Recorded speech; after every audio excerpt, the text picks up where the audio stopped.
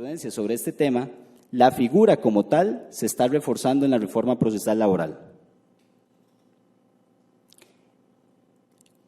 De igual manera, dejando la figura formal del dirigente sindical de lado y hablando propiamente del trabajador sindicalizado, también dentro de los nuevos criterios o prohibiciones de discriminación en el empleo, se menciona la prohibición expresa de discriminar al trabajador sindicalizado y se habilita un proceso sumario que comentaba Fabián, que va a ser bastante expedito y al cual los trabajadores sindicalizados, no necesariamente los dirigentes sindicales, podrían acudir para hacer valer sus derechos en materia sindical. Esto permitiría incluso la reinstalación de trabajadores sindicalizados en un plazo bastante expedito y donde la carga probatoria realmente que le corresponde al trabajador es brindar solamente parámetros de comparación y será el patrono el que tendrá que justificar la objetividad de la medida.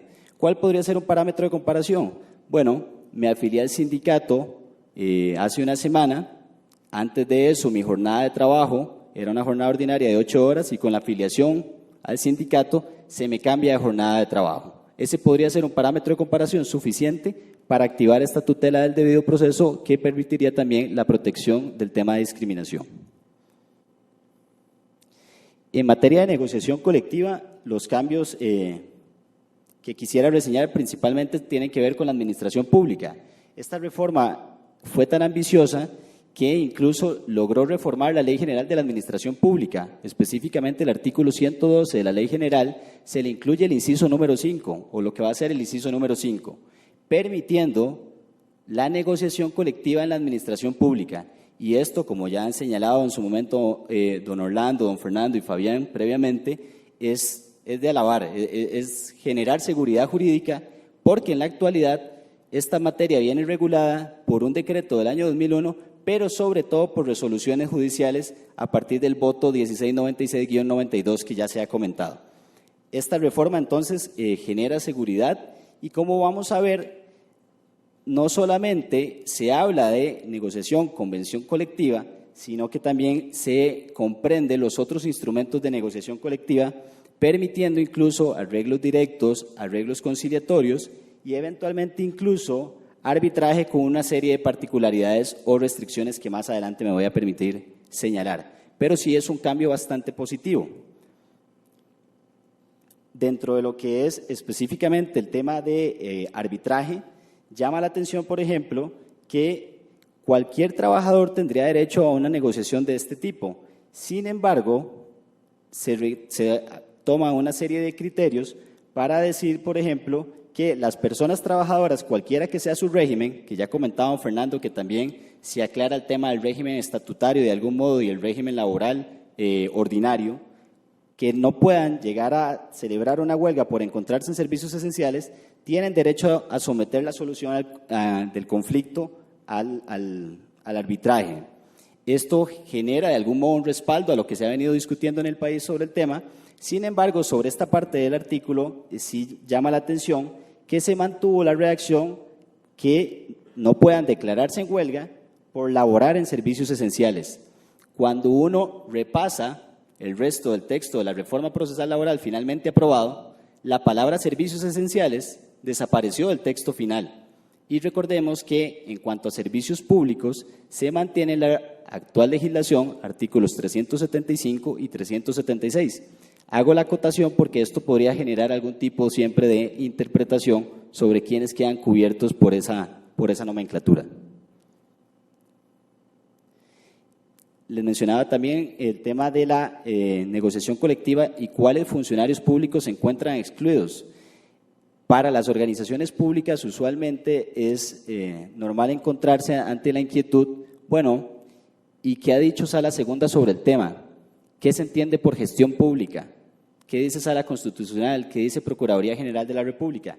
Y la reforma procesal laboral, con el carácter de ley que es, permite entonces ahora sí contar con una regulación que limita esa posibilidad de negociación a una serie de funcionarios, entre los cuales encontramos las presidencias ejecutivas, mandos gerenciales y también, llamo la atención acá, de los puestos de fiscalización legal superior. Sobre esto ha existido mucha discusión porque no hay plena claridad a la fecha si, por ejemplo, un director jurídico en una institución pública necesariamente está excluido de la negociación colectiva como derecho fundamental que es. Y con la reforma procesal laboral se aclara que podría estar excluido en el tanto participe directamente de la negociación. Esto para evitar un tema de conflicto de interés. Sobre el tema del arreglo directo, lo señalaba ahora expresamente don Fernando en su exposición, es importante enfatizar que eventualmente durante el proceso de negociación de una convención colectiva, una vez iniciado el procedimiento de conciliación o arbitraje o durante la ejecución de una huelga, solo podrá suscribirse un arreglo directo con la organización o el comité o la coalición de trabajadores responsable del movimiento o que estaba gestando el movimiento, de manera que la eventual práctica de suscribir un arreglo directo en detrimento de una convención colectiva ya estaría siendo limitada solamente a esta serie de variables o supuestos. El procedimiento de conciliación del conflicto colectivo, también se comentaba en la exposición anterior, deja de ser única y exclusivamente tramitable en sede judicial y se habilita la sede administrativa, específicamente el Departamento de Relaciones Laborales del Ministerio de Trabajo, e incluso para el sector privado se habilita la posibilidad de órganos conciliadores privados. Acá es de resaltar esta posibilidad por cuanto sabemos, quienes hemos participado en alguna tramitación de un conflicto colectivo, lo engorroso que en sede judicial esto se puede convertir y que puede demorar muchos años. Habilitándose la sede del Departamento de Relaciones de Trabajo o incluso la sede privada, creo que la tramitación podría ser mucho más efectiva, mucho más rápida. Sin embargo, acá hay un detalle que me parece importante resaltar y es que el órgano a cargo de la tramitación de estos conflictos colectivos también tendrá que decidir sobre la terminación de los contratos de trabajo, tal y como sucede hoy con el juez ordinario a partir de lo dispuesto en el 510 del Código de Trabajo actual. La duda acá que puede surgir es, bueno, y si lo estamos tramitando ante un órgano conciliador privado, ¿cuál es el conocimiento que esta persona, órgano no jurisdiccional, podría tener en materia laboral para decidir sobre la procedencia de un despido o la terminación de estos contratos de trabajo? Creo que esto es una tarea importante para los órganos privados y por supuesto también para el Ministerio de Trabajo, que amerita una especial revisión. Y llegamos a la figura de la huelga, que estoy seguro que también Mauricio podrá repasar, pero llama la atención las variaciones en cuanto al concepto. Dejamos de hablar de abandono de labores o abandono temporal de labores para hablar de una suspensión concertada y pacífica, tema que ya profundizó don Fernando, pero también llamó la atención en cuanto a la ampliación del concepto, porque con la reforma procesal laboral también las etapas previas al movimiento huelguístico como tal quedan comprendidas dentro de lo que debe entenderse como huelga. Y entonces esto genera que la protección eventualmente para los trabajadores huelguistas también corra desde este momento. Etapas previas, etapas de convocatoria y demás, y esto es un cambio importante en relación con lo que tenemos en la actualidad. Ampliación de los fines de la huelga, sobre esto también se ha comentado, pero es importante señalar que a la fecha se ha reconocido con un especial énfasis la huelga para conflictos de carácter económico-social, es decir, para la creación de un derecho nuevo. Sin embargo, con la reforma procesal laboral se consolida la posibilidad entonces también de huelga para conflictos jurídicos donde lo que está de por medio es la posible aplicación o interpretación de una norma ya existente. A modo de ejemplo, podríamos citar el tema de la famosa jornada 4x3 o extensiones de jornadas o jornadas distintas. Esto podría o no generar ahora, a partir de la entrada en vigencia de la reforma procesal laboral, movimientos huelguísticos que me parece importante podamos analizar en diversos espacios. Y también está relacionado con la figura de la huelga, los titulares del ejercicio de derecho de la huelga.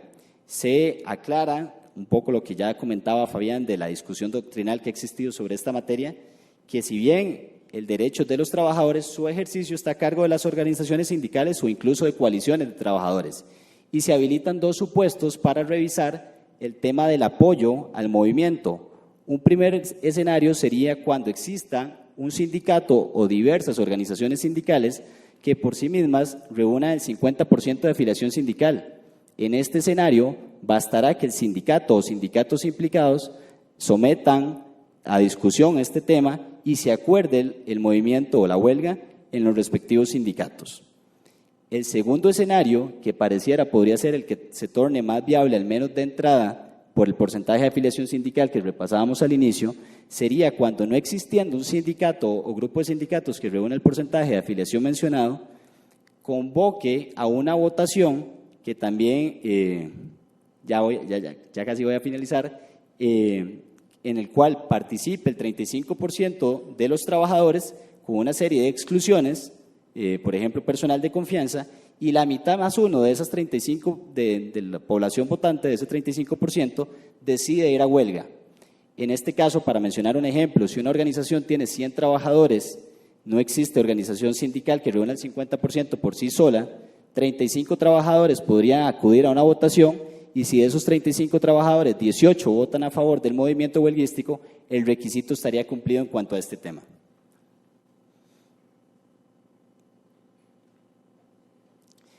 Esta es la última reflexión que quisiera compartir. A partir de lo dispuesto en el voto 10.832 del año 2011, la Sala Constitucional, ya lo comentábamos, estableció una limitación para el tema de sanción eventualmente a los trabajadores que participaban en el movimiento de huelga, estableciendo que es únicamente a partir de la declaratoria de ilegalidad del movimiento que procede una posible sanción. La reforma procesal laboral, recogiendo ese razonamiento, esa teoría, establece esa situación. Sin embargo, añade o adiciona un plazo de 24 horas adicionales a la notificación de esa resolución para que el trabajador que ha estado en huelga pueda reincorporarse a su puesto. Este plazo de 24 horas, pues, en algunos sectores ha sido ciertamente cuestionado en el sentido de decir, bueno, pero si ya efectivamente la notificación se dio, ¿debo esperar o no 24 horas? Primera interrogante. Segunda interrogante, el plazo de 24 horas es para efectos del despido sin responsabilidad patronal o para efectos de cualquier posible sanción. Lo cierto es que de la lectura conjunta del artículo 379 con el artículo 385, pareciera que el plazo de 24 horas solo aplicaría para el despido sin responsabilidad patronal.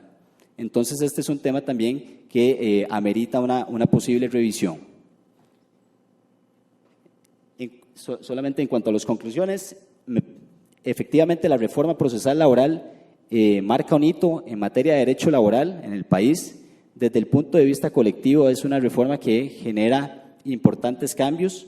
Creo que si uno pudiera individualizar o identificar cuáles son los sectores que han logrado ratificar algunos elementos importantes o figuras importantes, sin duda podemos señalar que el sector sindical es un sector que ha sido favorecido con la reforma procesal laboral y que en muchos de los temas pues genera seguridad jurídica para el ordenamiento jurídico nacional.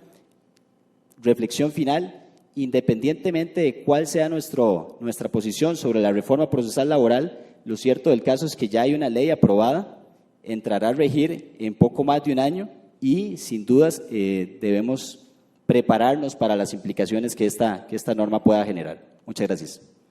Muchas gracias.